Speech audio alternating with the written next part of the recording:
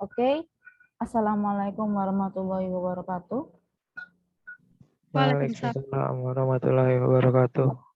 Kami dari kelompok 8 akan membahas tentang bab 8, yaitu berbisnis tanpa uang tunai. Yang pertama saya perkenalkan, saya sendiri Delima Agustin Berdan Komalasari dengan rekan saya yaitu Tensi Salam dan Rahmat Gantara. Ini adalah kesimpulan dari kelompok kami yang mengulas tentang bab 8. Mulai dari yang pertama, bukan mencari, tapi dicari modal. Saat memulai suatu bisnis, kita tidak harus mengandalkan modal, tapi kelayakan bisnis yang dimulai. Karena dibuktikan dengan para pengusaha sukses yang memulai bisnis mereka tanpa modal sepersen pun. Mereka tidak menggunakan modal pribadi, melainkan modal dari pihak lain atau uang muka yang hanya diputar sedemikian rupa dengan menggunakan skill money management yang kuat. Lalu yang kedua, kerjasama modal. Ada sebuah kalimat yang cukup bermakna, yaitu sebuah masalah itu harus ditangani oleh ahlinya atau akan menuju pada kehancuran. Maka dari itu, jika seseorang ingin mencoba terjun ke dunia usaha, dia harus paham dengan usaha yang akan digelutinya dan saling bekerja sama dengan orang yang lebih ahli. Selain itu, juga seseorang harus memiliki pengalaman mengenai kerja sama modal, seperti modal uang dan modal keahlian, serta tidak lupa untuk tetap terlibat dalam proses yang terjadi selama usaha itu, misalnya turut terjun dalam proses penyediaan produk, melihat pasar, yang terkadang perlu untuk mencoba menjual langsung dan menggunakan produk tersebut sebelumnya demi mendapatkan rasa yang sesuai. Lalu selanjutnya untuk yang ketiga ini akan dijelaskan oleh Saudara Nancy. Saudara Nancy, dipersilahkan. Makasih Berlian. Untuk poin ketiga ada bagi hasil yang menguntungkan. Di sini di mana dalam berbisnis itu tanpa harus uang tunai bisa kita menggunakan sebagai konsep bagi hasil.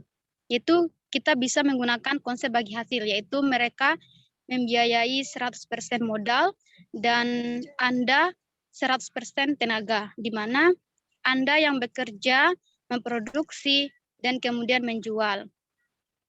Hasil penjualan ini dibagi menurut perjanjian, yaitu pembagian 50%, 50/50. Jika ingin membangun sistem bagi hasil dengan orang baru, ada baiknya jika melakukan sistem putus kontrak di setiap transaksi. Selain itu juga dituliskan setiap kewajiban dan tanggung jawab masing-masing dalam sebuah perjanjian yang disepakati dengan rekan bisnis, karena hal ini di mana bertujuan agar menghindarkan kita dari kesalahpahaman ataupun kerugian yang mungkin bisa terjadi.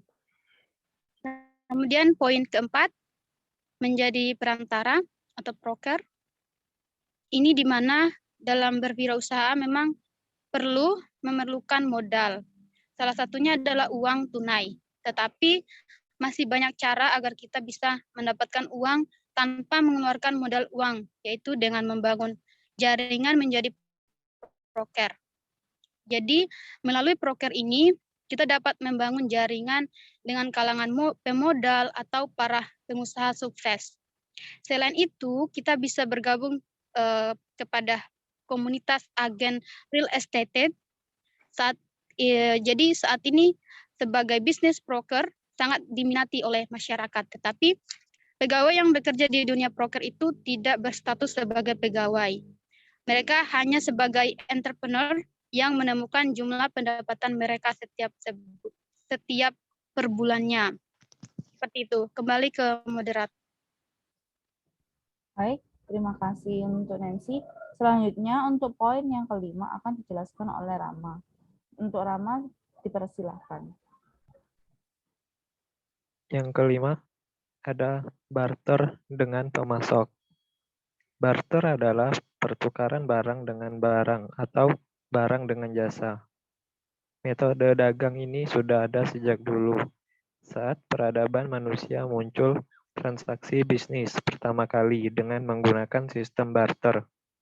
Barter akan mempunyai nilai lebih jika kedua benda memiliki nilai tak berwujud.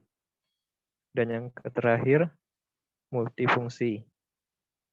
Jika seseorang ingin membangun sebuah usaha, maka dia harus dapat menguasai multifungsi atau bisa disebut memiliki banyak keahlian. Tidak terpatok pada satu keahlian saja, namun menguasai berbagai keahlian agar bisa menjadi modal untuk kedepannya nanti. Baiklah, sekian dari saya. Kembali ke moderator. Baik, terima kasih untuk Rama. Sekian dari kelompok kami. Mohon maaf apabila ada salah kata. Wassalamualaikum warahmatullahi wabarakatuh. Waalaikumsalam. Waalaikumsalam warahmatullahi wabarakatuh.